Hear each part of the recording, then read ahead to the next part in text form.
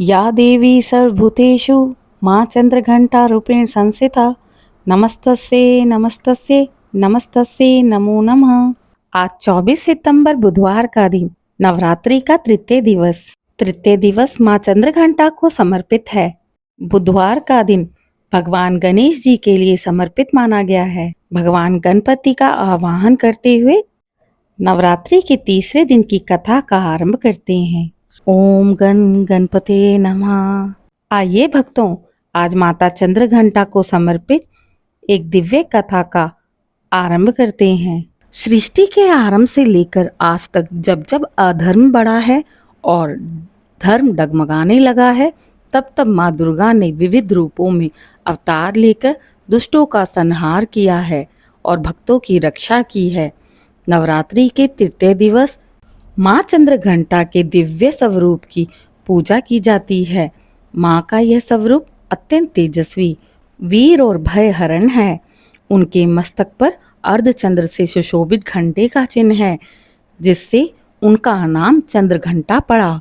माँ का रूप भक्तों के लिए करुणामयी और दयालु है, लेकिन शत्रुओं के लिए वह सिंह पर आरूढ़ होकर भयंकर रूप धारण करती हैं।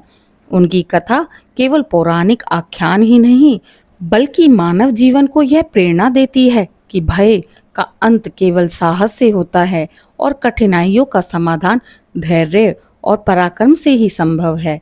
आइए श्रोताओं, हम इस दिव्य कथा को विस्तार में सुनते हैं। सर्वविदित है कि माता पार्वती का जन्म पर्वतराज हिमालय और मैना देवी के घर हुआ था। यह वही शक्ति थी जो पूर्व जन्म में सती हुआ करती थी। सती ने अपने पिता दक्ष के यज्ञ में शिव का अपमान सहकर आत्माहुति दी थी और फिर पार्वती के रूप में पुनर्जन्म लिया।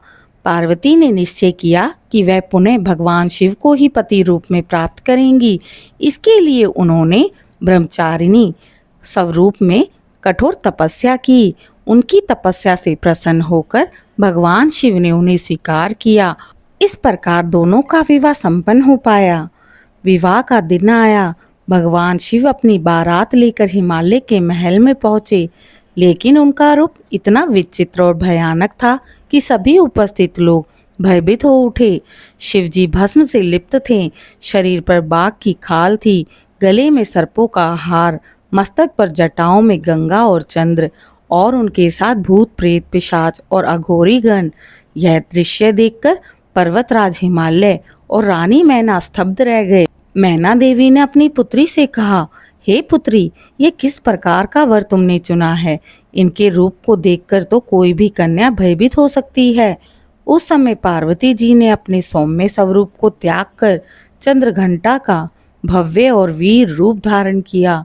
वे स्वर्णवर्णी आभा से युक्त 10 भुजाओं वाली, सिंह पर सवार, हाथों में शस्त्र धारण किए हुए प्रकट हुई। उनके मस्तक पर अर्धचंद्र से सुशोभित घंटा दमक रहा था। माँ का यह रूप देखकर देवगण भी नतमस्तक रह गए। उनकी आभा ने शिवजी के भयानक रूप को विवाह योग्य और दिव्य स्वरूप में परिवर्तित कर दिया। इस प्रकार माँ चंद्रघंटा के स्वरूप ने शिव विवाह का मार्ग प्रशस्त कर दिया।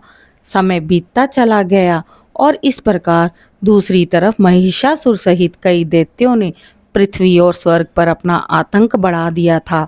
देवताओं को पराजित कर वे स्वर्गलोक पर भी अधिकार करने लगे। अत्याचार इतना बढ़ गया कि देवताओं ने ब्रह्मा विष्णु महेश त्रिदेवों की शरण ले ली। त्रिदेवों के परामर्श से उन्होंने माँ दुर्गा की शरण ली। देवताओं ने प्रार्थना की कि हे माँ, असुरों के अत्याचार से तीनों लोग त्रस्त हो चुके हैं, केवल आप ही हमारी रक्षा कर सकती हैं। यह सुनकर माँ ने चंद्रघंटा स्वरूप धारण कर लिया। वह सिंह पर आरूढ़ होकर युद्धभूमि में उतरी। उनके हाथों में तलवार, त्रिशूल, गदा, धनुष और बाण अन्य शस्त्र चमक रहे थे। उनके मस्तक पर सुशोभित घंटे से ऐसी ध्वनि निकली जिससे असुरों का हृदय भय से कांप उठा। युद्ध प्रारंभ हो चुका था। माँ चंद्रघंटा का रूप इतना तेजस्वी था कि असुरों की सेना भाग खड़ी हुई। माँ का सिंह गर्जना कर रहा था। उनके शस्त्र दुष्टों का संहार करते जा रहे थे। महिषासुर ने अनेक मायाएं रचकर देवी को छलने की कोशिश की। वह कभी हाथी, कभी भैंसा और कभी अन्य भयानक रूप धारण कर लेता, लेकिन माँ चंद्रघंटा के शस्त्रों के आगे उसकी सभी प्रकार की माया असफल होती जा रही थी। आखिरकार माँ ने अपने त्रिशूल और घंटे की गूंज से महिषासुर का अंत कर दिया और देवताओं को पुनः स्वर्गलोक दिला दिया। धरती लोक में भी संकट के बादल हट गए। श्रोताओं, संकट चाहे कितना भी बड़ा क्यों ना हो, साहस से उसका सामना अवश्य करना चाहिए। माँ चंद्रघंटा का स्वरूप हमें यही सिखाता है। भय और दुर्बलता केवल विश्वास और आत्मबल से नहीं समाप्त होते। नकारात्मक शक्तियां चाहे कितनी भी प्रबल हो, सत्य और धर्म की विजय निश्चित है। भक्तों, माँ चंद्रघंटा का स्वर्णवर्णीय आभा दिव्यता और प्रकाश का प्रतीक है। माँ की 10 भुजाएं धर्म की रक्षा और शक्ति का संयोग है। माँ का सिंह पर आरूढ़ होना वीरता और निर्भीकता का प्रतीक है। मस्तक पर घंटा चेतना और नाद की शक्ति जो दुष्टों को नाश करती है का प्रतीक माना गया है। हाथों में शस्त्र अन्याय और अधर्म के विनाश का संदेश देती है। श्रोताओं, नवरात्रि के तीसरे दिन माँ चंद्रघंटा की उपासना से मणिपुर चक्र जागृत होता है। यह चक्र साहस, आत्मविश्वास और ऊर्जा का केंद्र है। इससे भय और मानसिक दुर्बलता दूर होती है। साधक निर्भीक और दृढ़ बनता है। घर में शांति और समृद्धि आती है। भक्तों, इस दिन माँ चंद्रघंटा को दूध और उससे बने व्यंजन प्रिय हैं। इस दिन भक्त को खीर, दूध और हलवा अर्पित करना चाहिए। भोग से साधक को शांति, समृद्धि का आशीर्वाद प्राप्त होता है। माँ चंद्रघंटा की कथा हमें यही सिखाती है कि संकट और भय जीवन का हिस्सा है, लेकिन उनका अंत साहस और आत्मबल से होता है। हम सभी माता चंद्रघंटा से प्रार्थना करते हैं कि हमें आत्मबल और सफलता का आशीर्वाद प्राप्त हो। जय माँ चंद्रघंटा। ओम ऐं ह्रीं क्लीं चामुंडाए विच्चे ओम। यह माता का बीज मंत्र है। इसे अवश्य मंत्र जप करें। यह साधक के भीतर की शक्ति को जागृत करता है और मणिपुर चक्र को सक्रिय करता है। पूजा के दौरान आप इस मंत्र का जाप करें।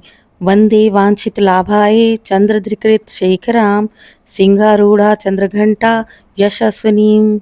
माता चंद्रघंटा का कवच मंत्र इस प्रकार है। या देवी सर्वभूतेषु माँ चंद्रघंटा रूपिण संस्थिता नमस्तस्ये नमस्तस्ये नमस्तस्ये नमो नमः। आप सभी को नवरात्रि की शुभकामनाएं। कल के चतुर्थ दिवस में हम सुनेंगे माँ कुष्मांडा की कथा।